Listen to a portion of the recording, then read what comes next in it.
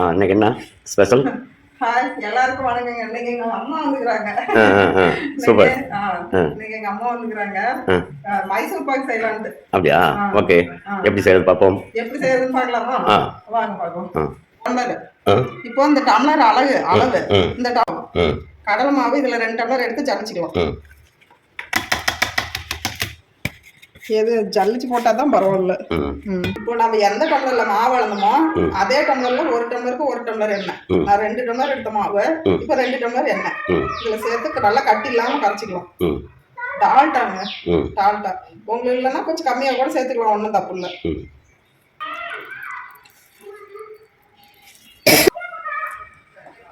நீங்க செய்யக்குள்ள அத்தை ஹெல்ப் பண்றாங்க உங்களுக்கு. எப்பவுமே கொஞ்ச நேரம் கூட சும்மா இருக்க மாட்டாங்க, வேலை செஞ்சுட்டே இருப்பாங்க. இப்போ அம்மா மாவு வந்து கலக்கிட்டு இருக்கிறாங்க எண்ணெய் போட்டு. நானு சர்க்கரை அளந்து போடணும். இப்போ இந்த டம்ளர்ல 2 டம்ளர் நானு மாவு எடுத்துட்டேன். 2 டம்ளர் கடலை மாவு எடுத்துட்டேன். இப்போ 4 டம்ளர் சர்க்கரை போட்டு சேர்த்துக்கலாம்.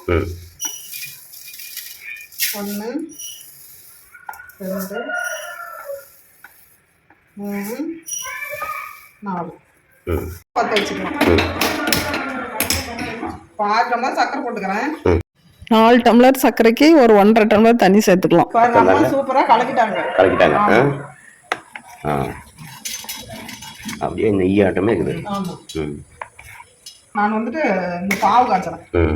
இது நல்லா பாவு காயணும்.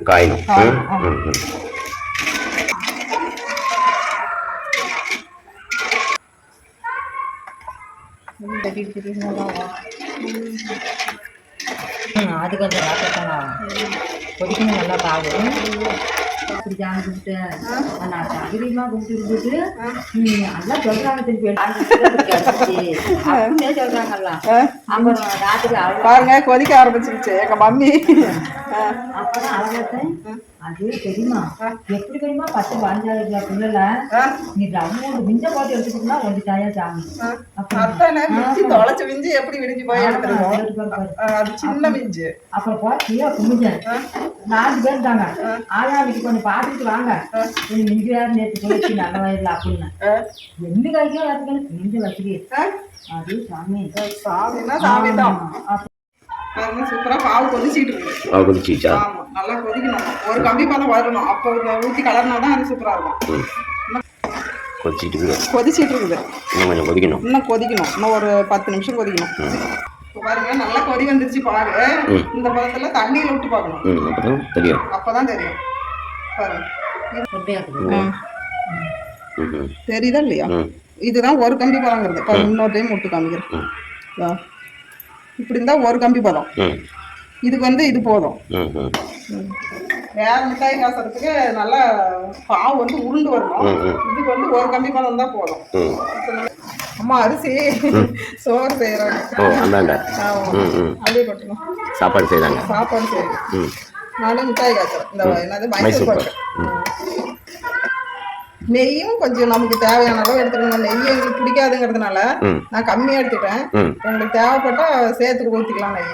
அது டேஸ்டா இருக்கும். ஒரு சிலர் நெய் சாப்பிடுவாங்க, ஒரு சிலர் சாப்பிட மாட்டாங்க. நான் நெய் சாப்பிட்றது இல்லை, அதனால கொஞ்சம் கம்மியா யூஸ் பண்ணிக்கிறேன். இப்போ பாருங்க நல்லா பாகுப்பதான் ரெடி ஆயிடுச்சு. இப்போ இப்படி கட்டி இல்லாம கலைக்கணும் மாவை. கட்டியே கொஞ்சம் கூட இருக்கக்கூடாது. இப்போ இந்த பக்கத்துல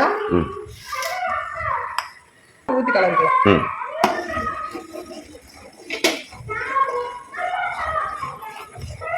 கட்டி விடாம கிண்டணும். வலிச்சு விட்டுக்கணும். இப்போ பாருங்க கை விடாம கிண்டணும். பாருங்க அல்வா மாதிரி சூப்பரா இருக்கும். இப்போ இந்த செய்யும் அம்மா விட்டுமா நான் கழிக்கிறேன். அதே ஒரு நிமிஷமோட கம்மிக்காது வையுமா. அப்புறம் விலை எங்க அம்மா வந்தாங்கன்னா பாதி வேலை பூரா செஞ்சிருவாங்க. அவ்வளவு வேலை செய்வாங்க.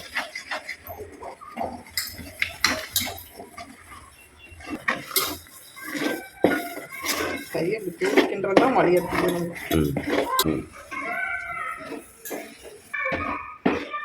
கை தாங்க நமக்கு வழி எடுத்துக்கணும். கீழே வச்சே செஞ்சிருக்கோம். கொஞ்சம் எண்ணெய் சேர்த்துக்கலாங்க. இந்த பக்கத்துல நெய் நம்ம வீட்டுல காய்ச்சல் நெய். நிறைய நெய் கொஞ்சம் கொஞ்சமாக தான் போட்டுக்கணும். ம் அது வந்து இது நல்லா குடிச்சிக்கணும். ம் அப்போதான் அது நல்லா இப்போ இது ரெடி ஆகிறதுக்குள்ள நாம் வந்து இந்த மாதிரி ஒரு தட்டை எடுத்து இதில் வந்து நெய் தடவை வச்சுக்கணும். ஆமாம், நெய் தடவை வச்சுக்கணும்.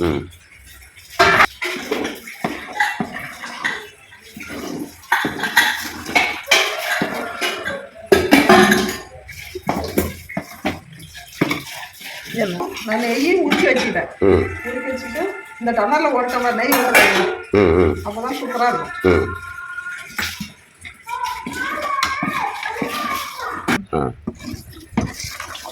அப்போ இப்போ என்ன நெய்யெல்லாம் உறிஞ்சிக்கிச்சு பாருங்க. நெய்யெல்லாம் உறிஞ்சிக்கிச்சு. ஒரு டம்ளர் போட்டோம். உறிஞ்சிக்கிச்சு. கொஞ்சம் பொறுமையாக தாங்க செய்யணும். கம்மியான வச்சு பொறுமையாக தான் செய்யணும்.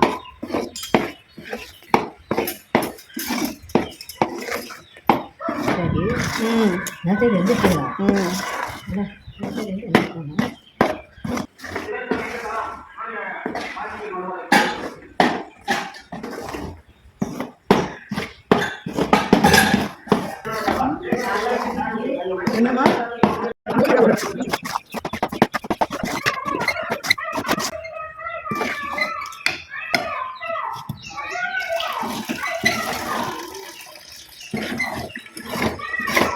கையை வலி எடுத்துக்கிச்சு. ஆமாம், கஞ்சி வலி எடுத்துக்கிச்சு. ஏன்னா இப்போ உயரமாக இருக்குதுல்ல, அதனால எனக்கு தூக்கி திண்ட முடியல.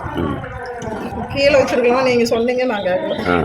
கீழே வச்சுருந்தாக்கா சரி, இப்போ தான் கொஞ்சம் பக்குவம் வரும் பாருங்க. இந்த மாதிரி ஒட்டாத வரணும், வானலில் ஒட்டக்கூடாது. அப்போ தான் அது பக்குவம் வந்துடுச்சுன்னு அர்த்தம்.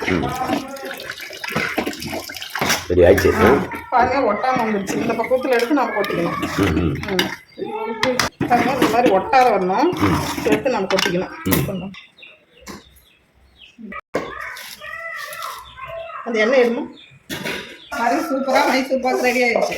இப்போ நம்ம பீஸ் போட்டுக்கலாம்.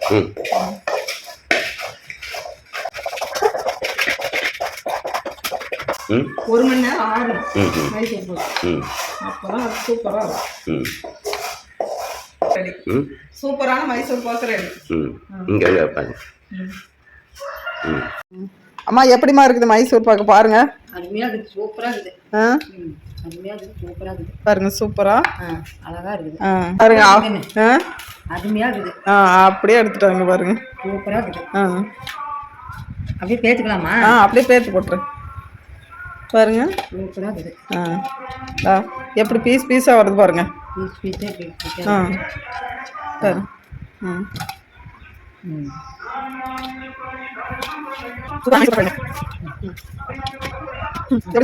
அழகா இருக்குது. சூப்பரா இருக்குது மைசூர் பாக்கு. ஆமா, பாருங்க, சூப்பரா அருமையா இருக்குது. மைசூர் பாக்கு ரெடி. ரெடியா இருக்குது, அருமையா பாருங்க, அந்த அளவுக்கு பீஸ்.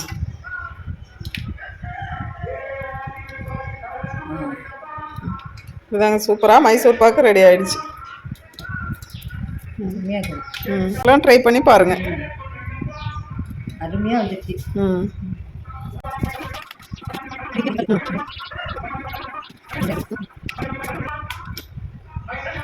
நீங்களும் இந்த மாதிரி ட்ரை பண்ணி பாருங்க, சூப்பராக இருக்கும். சாப்பிட்றதுக்கும் டேஸ்ட்டாக, வாயில் போட்டோன்னே கரைக்கூடிய மைசூர் பாக்கு.